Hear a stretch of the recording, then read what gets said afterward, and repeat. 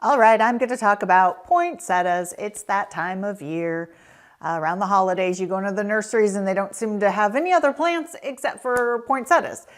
I understand why people like them. They're very colorful and pretty. I mean, now they have all these different cultivars too with just amazing foliage on them. And that's what it really is. So when you see a poinsettia, these are not flowers. They're modified leaves that act as petals called bracts.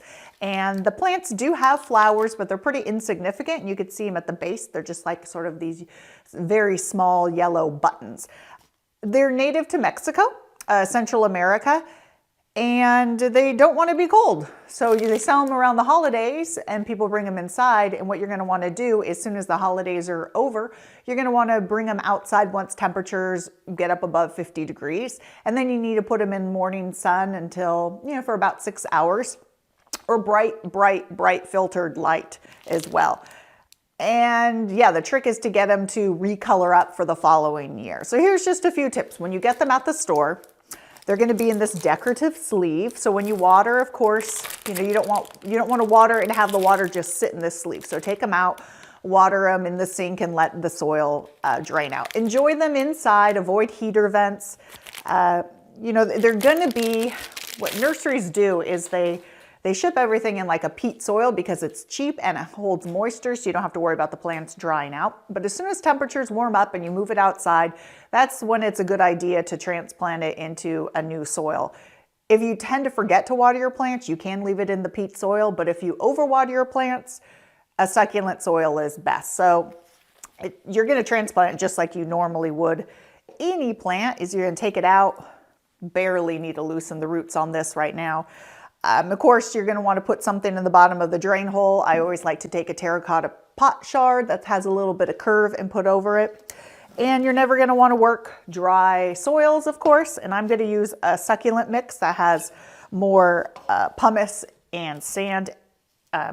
Sometimes you could use red lava instead of the pumice.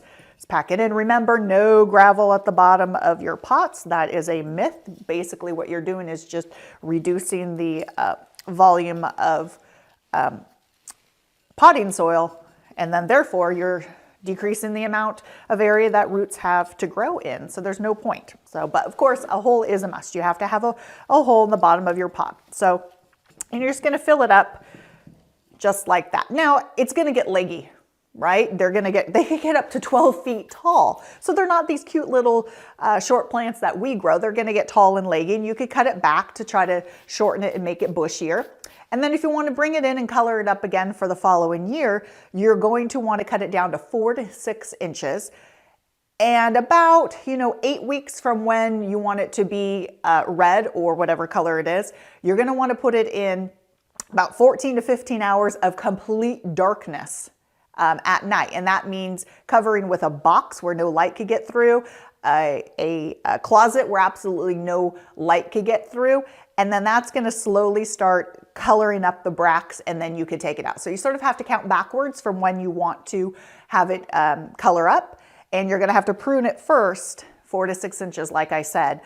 But the main problems with them, of course, is the cold. If you forget to bring it in through the winter time, it can freeze. A lot of times they will get very leggy and people go, I'm just going to get a new one instead. Hey, kitty, stop that. Hey, Mama Kitty, no scratching the furniture. Ugh. And speaking of cats and poinsettias, thank you, Mama. I need to apologize to her. Yes, thank you. But still don't scratch, okay? They are a euphorbia. And euphorbias are notorious for having sap that's caustic, meaning if you get it on your skin, there's some euphorbia that actually can cause blistering. I've had it from multiple different species. If you get it in your eye, it could actually cause you to go temporarily blind. Now, I'm not saying the poinsettia will. Not saying that. But you could be, certain people are more sensitive to it. So if you have pets that like to nibble on your plants, I will not have the poinsettia inside. Is it deadly? No, but it could cause them to throw up, have diarrhea, and get sick. If you have kids who like to eat plants, like broccoli, that's good, but you don't want them eating your poinsettias, then I would just put it away, put it up high somewhere away. So it has a reputation and a myth of being deadly, but it's still a euphorbia, and I'm always cautious with euphorbias just because I've ran into problems with them with blistering and eye burn and things like that. And I have cats who like to eat pretty much everything.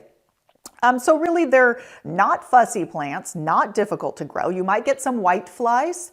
White flies are difficult to control, so you just basically keep blasting them off with a hose to get their eggs decreased, neem oil, soap sprays.